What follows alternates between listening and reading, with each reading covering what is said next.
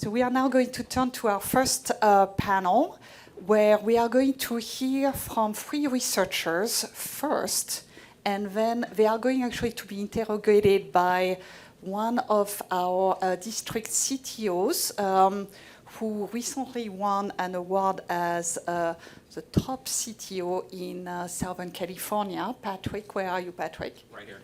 Right here, yeah, congratulations. Thank you. Thank you, and good morning, everyone. Again, I want to first start by thanking Isabel for inviting me. It's an honor and privilege to be here. My name is Patrick Gittisriboongul. I'm the self-proclaimed longest last name in this room. If you wanted to buy a vowel, I'm selling vowels in case you can see me later on. I also want to do a shout out because I am from LA. Shout out to my agent. Everyone from LA has an agent. But he's a great friend of mine, Jacob Cantor, who's sitting here in the front as well. So I've been in public education now for about 24 years. I've had jobs as a teacher, math teacher, right? Administrator, principal, director of technology, and it has been an honor to work for Lynwood Unified for the last 7 years now as the CTO. So I want to thank again Isabel. We're going to get started. So I think, Emma, you are up first. All right. That's right. And I think this is on, so we're good.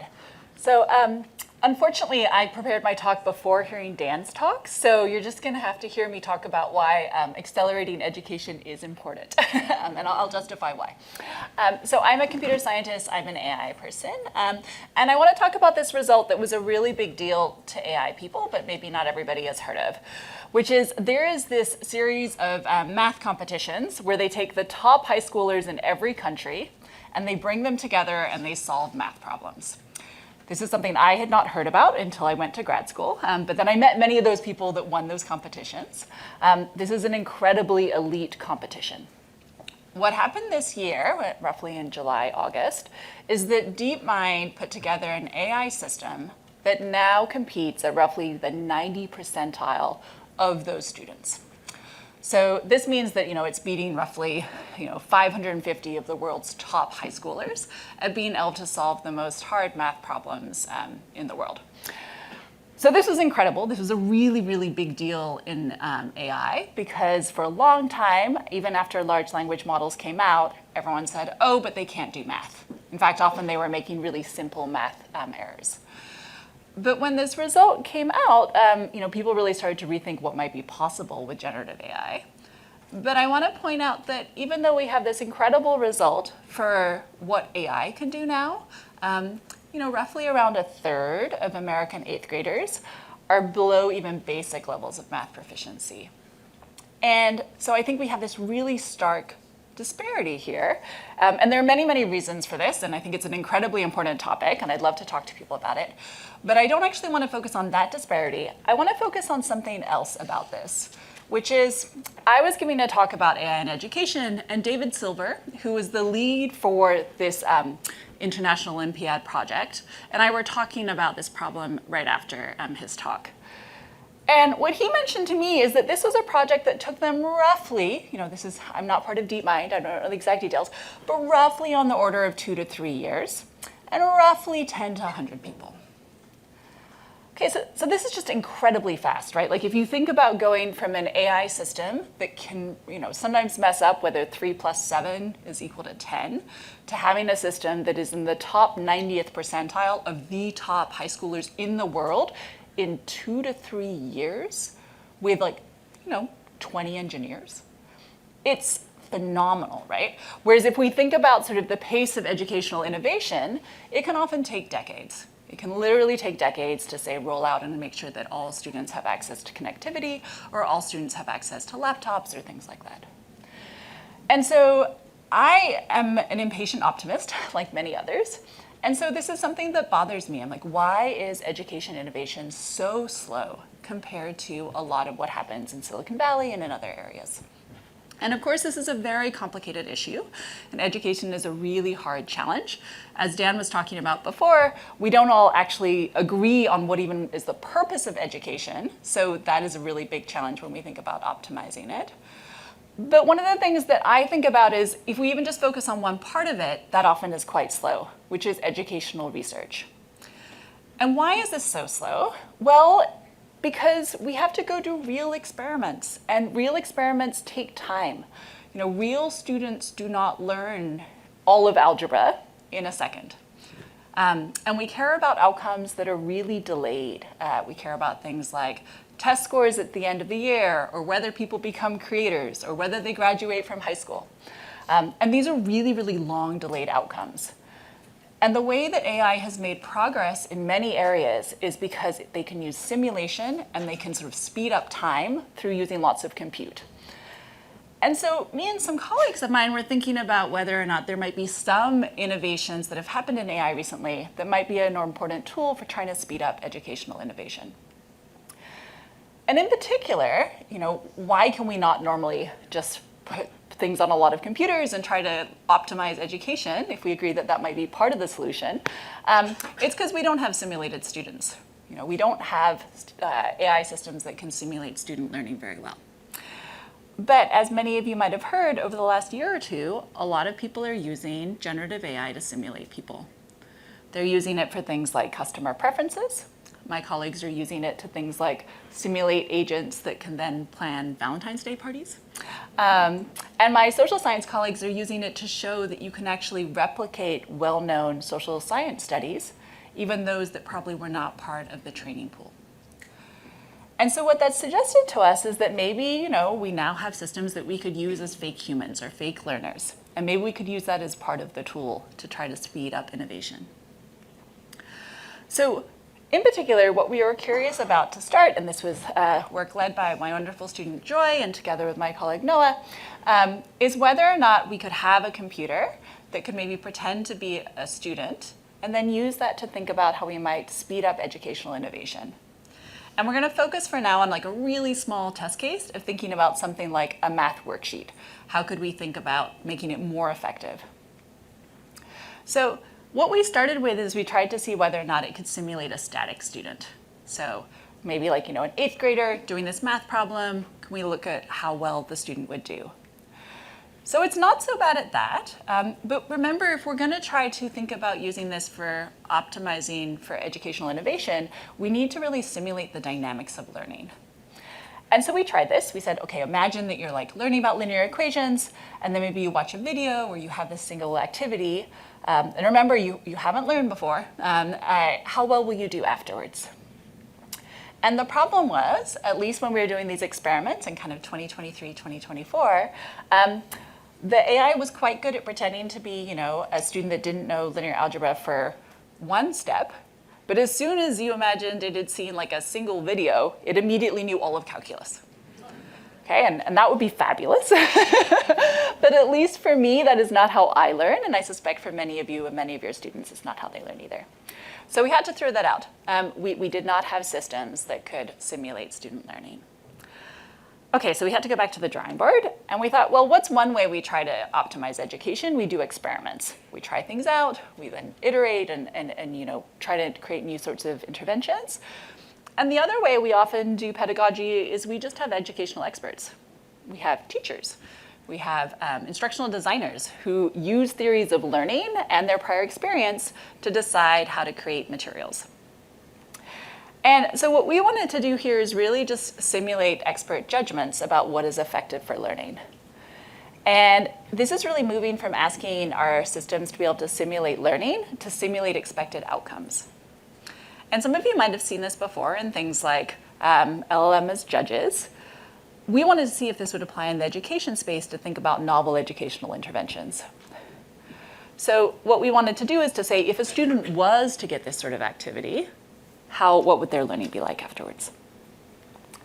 So we would have prompts something like the following, where we'd give automatically generate a workspace with different sorts of activities, or maybe encouragement or jokes. It could be any form of language instruction inside of this worksheet. And then we would ask our evaluator, our sort of LLM as educational expert, whether or not this would help the student learn. Now, of course, this is just the evaluation part. What we really want to do is close the loop and actually optimize the worksheet. So this is the hope, that we could speed up educational innovation by having one LLM acting as the educational expert and the other proposing new ideas for how we might teach. So we tried this. And one thing, just for those, I'm an AI, card-carrying AI expert, and so that means I have to talk about agentic workflows right now. So this is agentic and involves actor-critic and all the other good things that, we should include these days. So one thing we found that we wanted to check to start is just that our AI expert thought we were making better worksheets over time. So it thought, our large language model thought we were making things that were more and more effective. But of course, this is just the AI system. Who knows if it's actually more effective? So what we did is we went out and we recruited roughly 90 educational experts, and we showed them pairwise comparisons between different worksheets.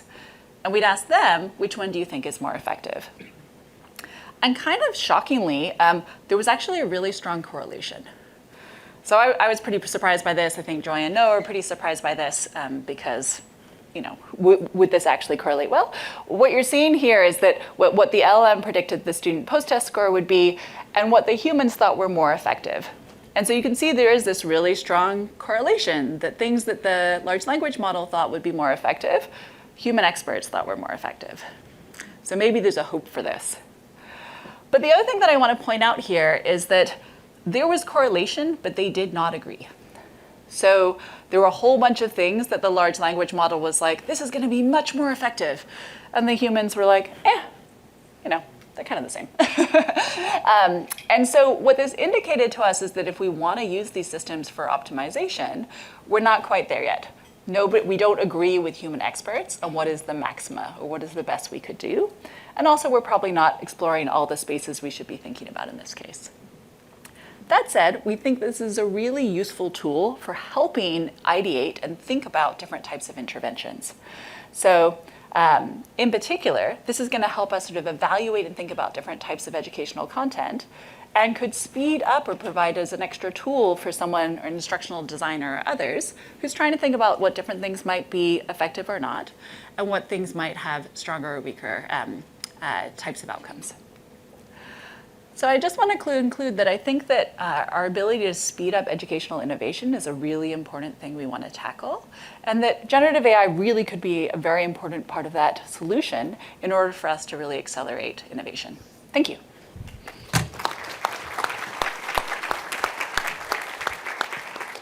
All right, thank you, Ebba. I think next up we have, I think it's Mike, right? Mike Frank, you're up.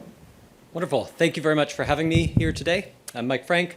I'm a psychologist and cognitive scientist, and I want to talk about using AI models as theoretical tools to study child development and learning. As we've already heard, recent progress in AI is fascinating, exciting, occasionally problematic, but my particular interest is in what these developments can tell us about the human mind. As a cognitive scientist, I'm of course interested in the largest of large language models that are out there that are trained on 15 trillion words of text, but I'm really interested in medium-size, human-scale language models. I'm interested in artifacts that we can use to describe how children learn. And my basic thesis is that we can do this by training those models on children's training data. That is the actual experiences that children have, whether it's in the home or in the classroom. And then when we compare those models to one another to try to understand how they describe children's learning, we need to be comparing them on children's learning outcomes, and not just one sample of children, but a broad, diverse sample of children around the world. When we have such models that are trained and evaluated in this ecosystem, we can then compare basic theories of child development in a quantitative way. For example, we can compare agents that start with a blank slate to those that start with more innate structure. We can compare those agents to agents that learn in an active or social context. And so we can actually start to make progress on core and fundamental debates about the nature of learning and child development. In order to enable this kind of ecosystem, we need data resources that are shared with the community. And this is a complicated challenge because we're talking about studying children, which is always tricky, at scale, which is trickier. And we need to make those data open to the community, which involves a variety of tricky legal and ethical issues. So that's what my lab does. Our mission is to build open data resources. We study children's language input in the home and in the classroom, their language processing, gathering large data sets of experimental results, and then children's language outcomes, how they learn and grow and what they achieve and how that varies across different contexts and cultures. So I want to tell you about two of these projects briefly today. First about children's language input, and then second about their outcomes. So in order to train AI models the way we see children learn in the wild, we need to understand what children's learning input is. And the method that's been developed in psychology for studying this is the egocentric camera, the head cam. So a couple of years ago, with support from HAI, we partnered with Daylight Design, a design firm in San Francisco, and we made a baby GoPro rig. It's comfortable, it's easy, and the really critical feature is when a toddler doesn't want to put it on, those holes, they accommodate croc charms. So we can give them a selection of croc charms to plug in to customize their helmet for them. This is the mix of technology and toddlers that is my day-to-day life. So these are efficient. They're based on this ultra lightweight GoPro Hero bones. They're easy to build, they're cheap, and they have a variety of other sensors. And because of that, my lab has been able to build bouquets of BabyView cameras, which we send out to families around the country so that they can put these on their kids and tape their everyday interactions, sending the data back to us in the lab. This data set is intended to be shared openly, and so we've gone through an extensive permission process with these families to ensure they understand that other qualified researchers can agree to view these data, provided that they don't re-identify the families and they don't distribute the data. And we now have more than 1,000 hours of video, including both home videos, as well as a sample from here on campus in the Bing preschool, where we have an entire classroom that's agreed to let us tape and get a sense of the children's interactive experiences there.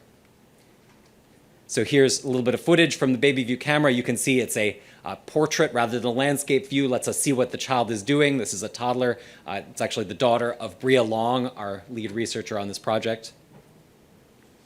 And you can see this little girl engaging in some fun relational reasoning here between the two crocodile puzzles. We're now beginning the long project, in collaboration with many other labs, of training different AI models on the BabyView data. So we're taking the data from the language input in BabyView and training little mini GPTs on them and trying to understand the learning properties of these models. And we actually find that grammar learning, the ability to produce grammatical utterances, does increase relatively well with data on these models.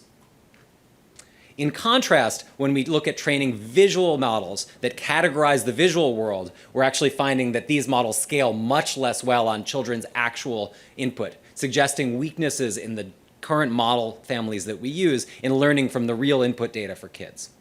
It would take lifetimes worth of video data to train a model to perform well on these machine learning benchmarks. But these are machine learning benchmarks. They are not, in fact, how children learn. So we really want to think also about how to evaluate models in a more developmentally realistic way. If we want to create cognitive models that describe child development, we need evaluations that are also given to children. And that's, in fact, the other half of what my lab does. So we are especially interested in vocabulary development. Vocabulary forms the basis of language learning and, of course, then sets the stage for learning to read when kids hit school. So we create simple assessments like this one where we ask about different words from simple to complex, and children choose the target on a tablet. These are fun, engaging games that can be used on a tablet or a computer to measure kids, and they're quite reliable and valid assessments. This is Bria's daughter now doing a pilot of this with her little brother.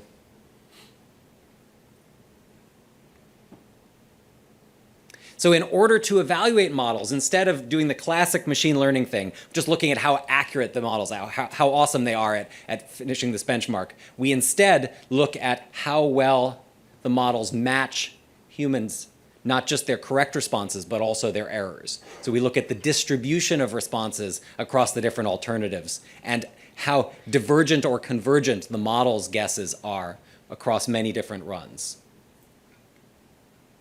This allows us to see how AI models are actually recapitulating development in some cases. So here we see models, a whole variety of different vision language models that are out there in the AI ecosystem. And the worst of those models, they generally don't fit the data very well, right? Higher is worse because this is dissimilarity. But to the extent that they fit the data, they fit the 4-year-olds the best. So the bad models fit the 4-year-olds. But then over here on the right, the good models, the ones that are performing better on the benchmarks, are actually fitting the adults better. So we see this developmental crossover, suggesting that something about the changes in these models from worst to best is really actually recapitulating a little bit of what we see in the kids. And so this is very exciting, and it sets the stage for our future work.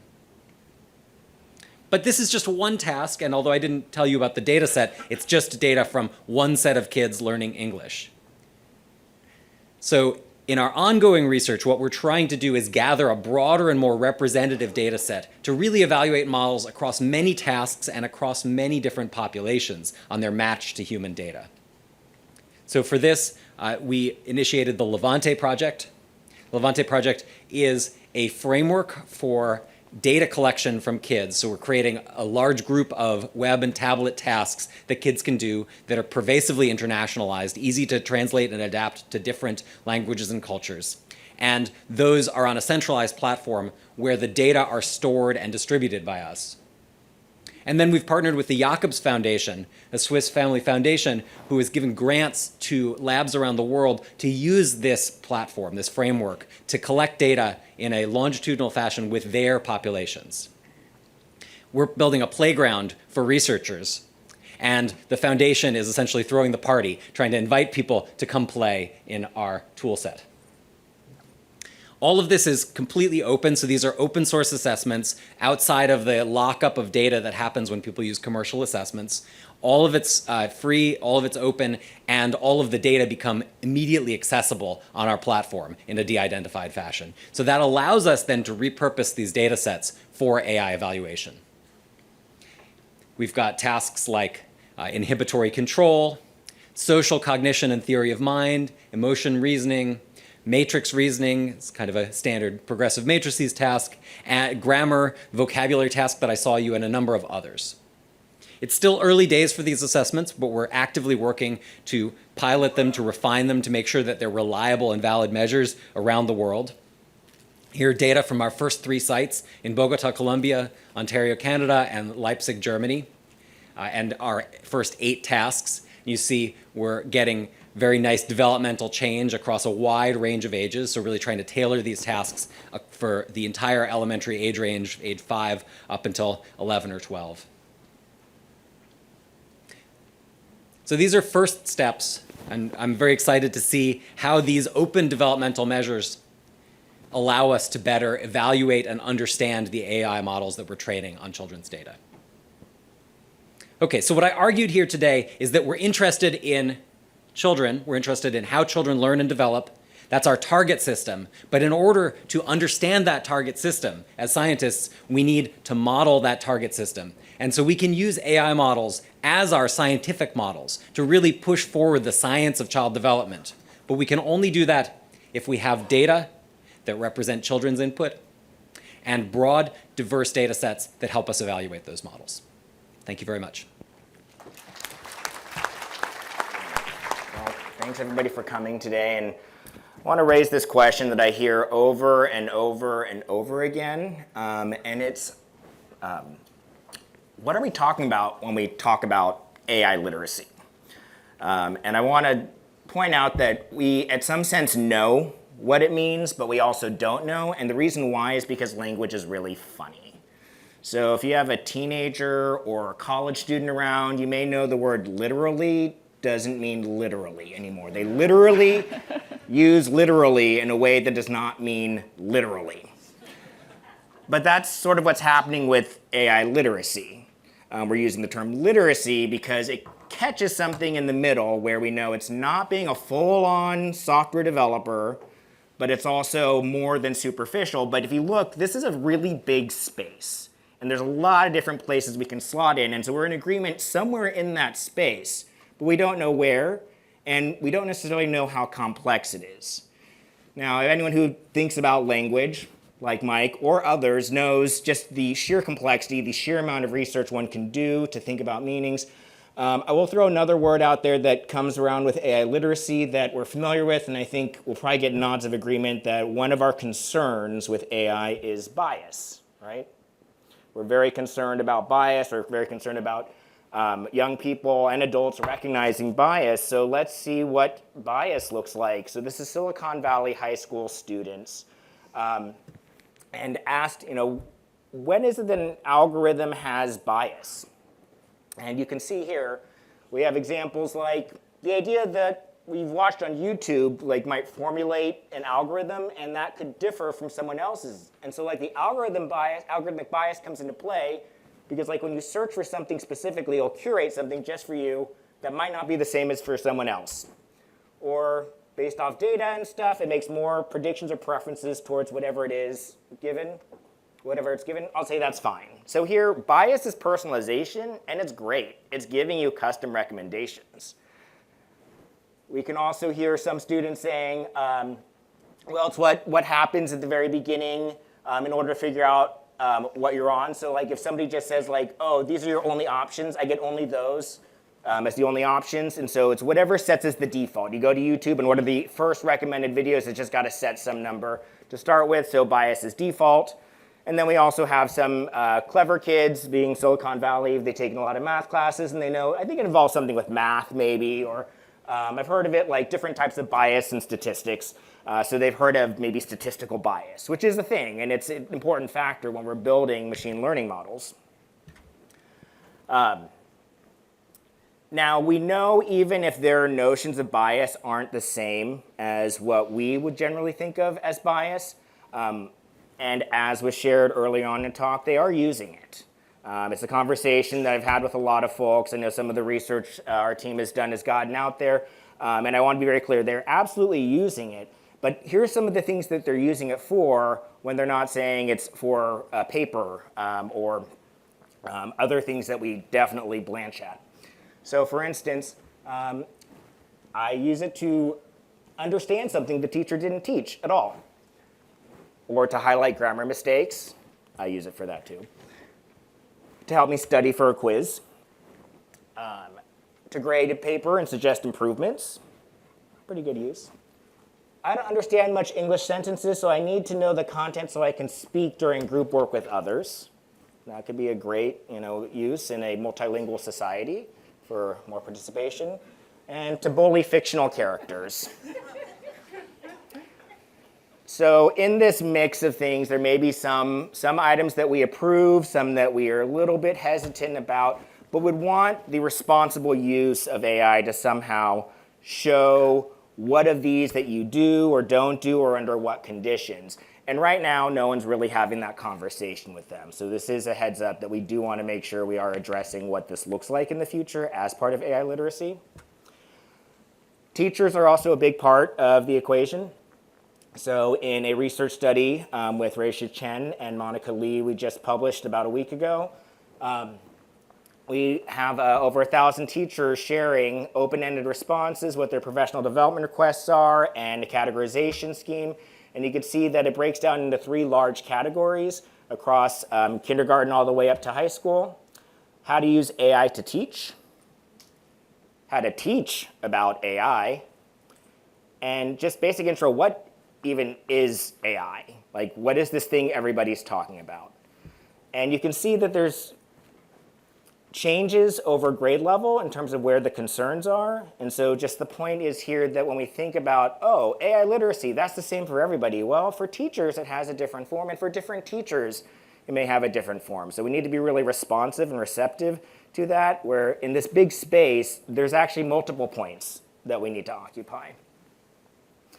Now, one of the projects that I do out of my lab is involving co-design with teachers. So we meet with teachers on a monthly basis, and they work on developing lesson resources that we put out freely for the world to use on AI literacy as situated in the disciplines.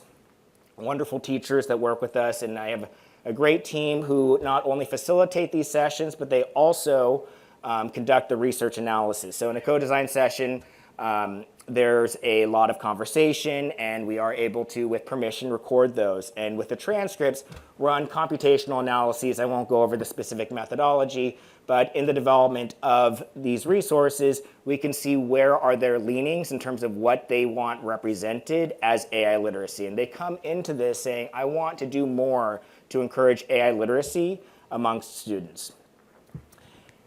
And from this computational analysis, you can see these constellation networks on the right. Now, the big circles means it appears more. The big lines means that those are appearing more with one another. So you can get a sense as to where's the dominant emphases.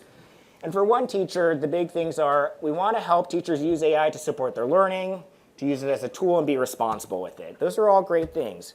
But then we look at another teacher, and where the big emphases are here are understanding the AI's mechanics, so how does it work underneath, responsible AI use, and AI career readiness.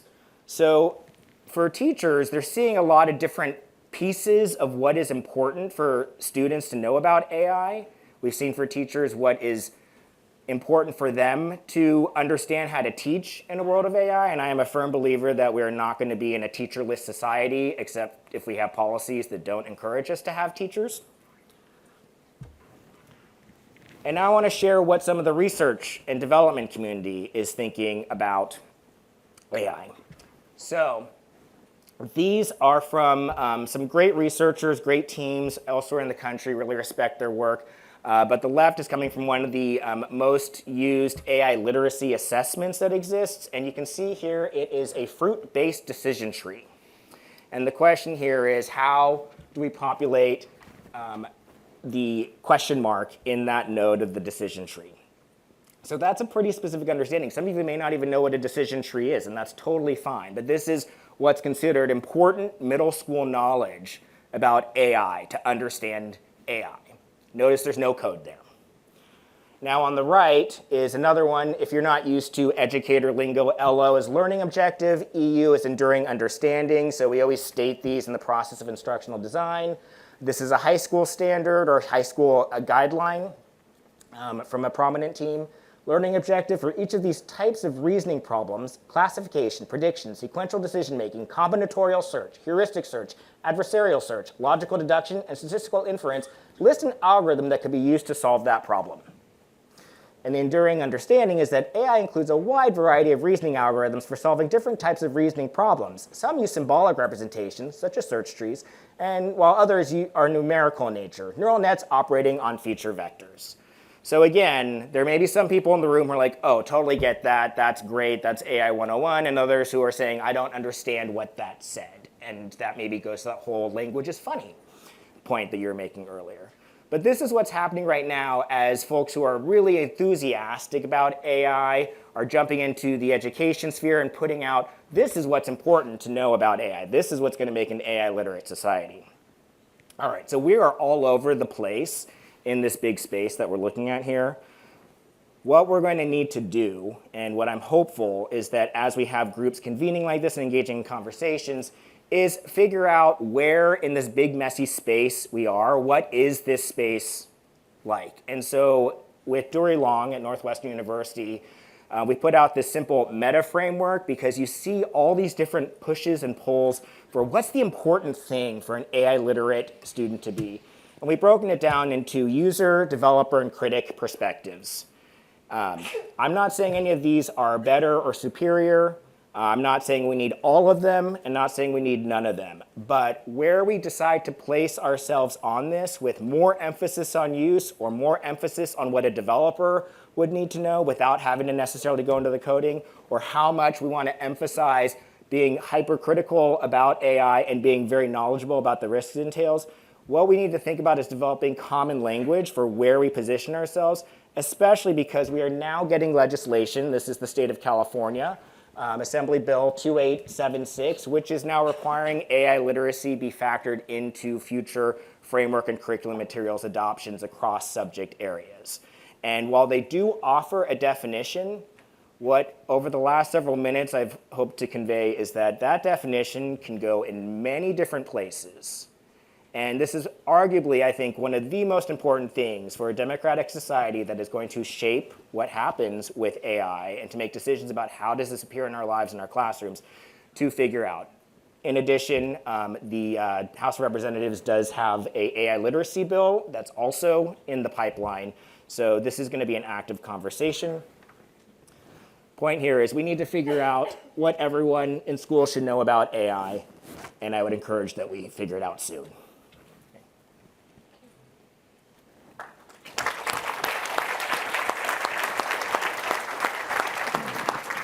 All right, I think this is, can we give this group another round of applause, please? So this is, I think we have about like 10 minutes to answer some questions, and I know I have a series of questions. I took a lot of notes down.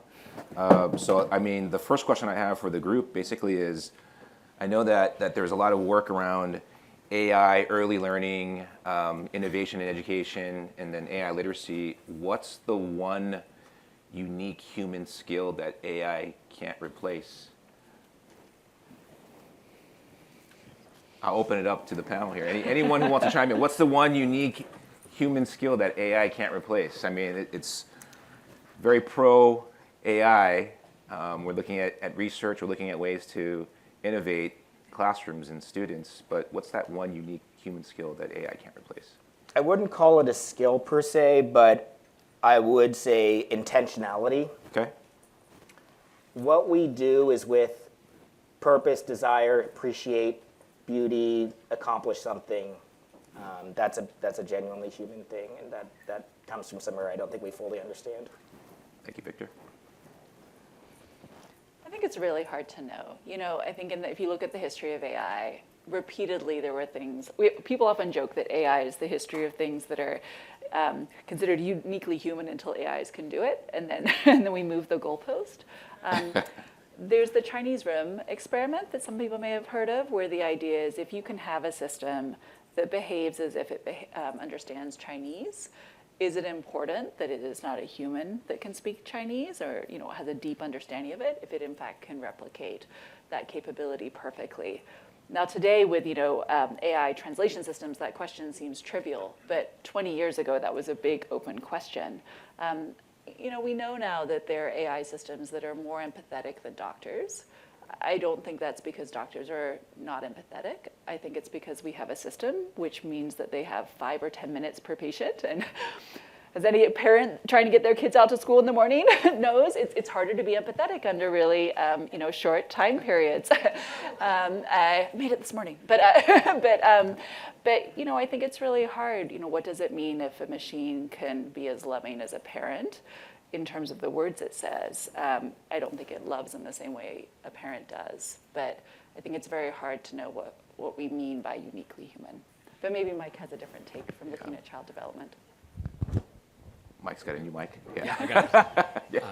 So I think it's interesting to hear your perspective from the history of computer science, because I think from the history of psychology, the general narrative has been the same, that everybody wants to make their Rubicon that's the difference between non-human primates and human beings. And I think it's increasingly become very challenging to say, okay, there's just one thing that's the core of human uniqueness. Instead, human characteristics emerge from a wide variety of different things, from our flexibility, from our affect, from the ways that we interact with the world. So it's a more uncomfortable definition of humanity. It's a more flexible one, but I think it's one that is increasingly more aligned with the science.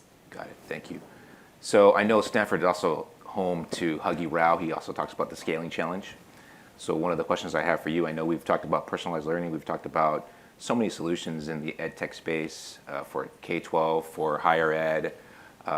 What are some of the scaling challenges that you see in some of the research that you've done around AI? Anyone can take this. I guess one of the scaling, so one of the big initiatives I'm part of is a human AI system where you have remote human tutors working with students as they work with AI tutors. So it's sort of human AI all tutoring happening at once. So people using things like Khan Academy or other forms of assisted learning while being supported by remote human tutors. I think one challenge that we often see in the sort of pilots we look at versus when we scale up to 1,000 or many thousands of students is implementation fidelity. In a lab study, it's really easy to make sure it goes for 50 minutes of use and that everybody is on task. And anybody here who's a teacher knows that the reality is so much more complicated. We're slotting in new innovations as part of a big social technical system. And so I think it's often frustrating to me to see things that are really promising and then we scale them up and then there's no effect. And I think part of it is we don't have a strong sense of implementation science and what are the key things we need for implementations to have any effect. Because I think it's always a big ask to ask for schools and teachers to change. We're always asking them to change how they implement things. And so if we have a sense of this is only going to be worthwhile if you can devote at least 1 hour a week, or you can devote at least 2 hours, or if you do it in this way, I think that might be a lot more satisfying to people and a lot more impactful. Thank you. How about you, Mike? Any thoughts on scaling? Yeah, so from a scientific perspective, this has been such an exciting time as we see AI models used in neuroscience and cognitive science as models of learning, as models of perception. And I think there's just an amazing amount of stuff that's happening there. But all of those are models of the average. And so the scaling challenge in these scientific modeling contexts is going to be modeling variability, trying to understand whether AI can help us not just understand the median, the central tendency, but whether we're actually able to replicate the diverse trajectories of learners across different home environments, across different classroom environments, and really get insight into the sources of those variation. And that's going to be a challenge in terms of data, right? We need measurement of that variability with high precision. And it's also a challenge in terms of modeling because we need to be able to fit models, not just one family of models, but a whole population of models. So there are technical challenges there and there are data challenges. And both of those are things that we need help scaling. So 1-to-1 helmet and GoPro for every kid? That's our political campaign. Is a helmet in every household. And I would raise that while I think AI is really interesting, there is a tendency to just focus on that and to grossly underestimate the much larger, messier context in which this fits, especially with people who are doing many different things. Yeah. So, sometimes we'll just think, we just get this to every student. Well, have you thought about how we're supporting the teacher? Okay, well, have you thought about how you support the district tech person? How do you support the procurement of these sorts of things? How do you support this within the policy things? And it's much messier, so I'd raise concerns with the scaling tendency to try to pull something decontextualized and throw it out into the wild. I think we need to really understand the wild if we want to meaningfully scale. Thank you. So I think we have about another minute here for another question. I know that Silicon Valley has talked about this perceived data wall, right? I think Mike, you alluded to the lack of data as well, right? So I'd love to get your thoughts around data and where we look at data in meaningful ways. I am a practitioner, so protecting student data is a big concern for me, right? And so I'm sure everyone in this room who is in the K-12 space is also having those same kind of questions. So I'd love to hear your thoughts on to what extent are we looking at data and is there a perceived data wall? So a couple of loaded questions there for you guys.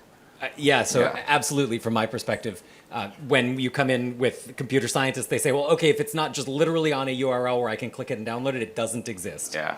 And when I come in and I talk to parents and educators, they say, no, you can't say, this is all PHI, you can't have any of it, right? So what we need is this nuanced conversation where these stakeholders get together and the broadest, most de-identified data become openly available with very limited terms, whereas the more sensitive data sets, we need to create policy regimes and environments where folks who are doing the research can access those under terms that protect the participants but still allow for research to go forward. So that set of environments with stakeholder buy-in is really one of the things that we've worked on as we try to transfer data across industrial partners, parents and families, Right. researchers, and so forth. Got it. Emma, any thoughts on data?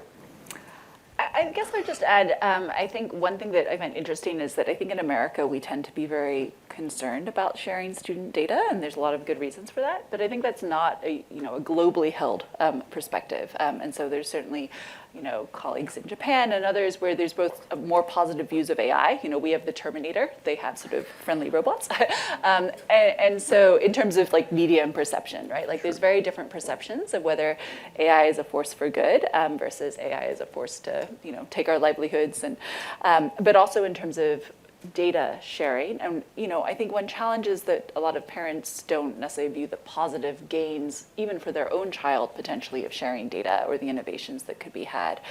And maybe there's interesting opportunities there when we think about healthcare, where the data is also very sensitive, but people also are, very eager to look for innovations, for cancer treatments, et cetera. It's starting to be well known that there can be really big gains from sharing data and for public good. And it seems like there should be an opportunity there for education as well. Thank you. Victor, any last thoughts on As a researcher, I appreciate data, but I think it's really important that we consider the changing relationship we have with data. Data as property, data as complete or incomplete, and those are things that I think we need to wrestle with as we figure out how we want to live in a world with data, and how long do they follow us, and to whom does it go, and who can have it out there and who doesn't want it out there. We could revisit some of the policies that we have in place, but I do think there is kind of a reckoning right now that we're doing. All right, I got one last question. This is rapid fire, podcast style. What skills should schools prioritize to prepare students for an AI-infused world? So I argue that we came from digital natives to now cloud natives, and now everyone in the room is going to be AI native, right? So what kind of skills should schools prioritize? Rapid fire, last question. We'll start with Victor. Put you on the spot. Healthy skepticism. Emma. I think learning how to learn. I think with the fast pace of innovation, it's not about an AI skill. It's just if you can learn how to learn, then you'll be able to tackle the future. And last but not least, Mike. I was going to +1 that skepticism, so I'll say just deepening that, an understanding of the sources of information. Let's give this group another round of applause. And I'm going to pass it over back to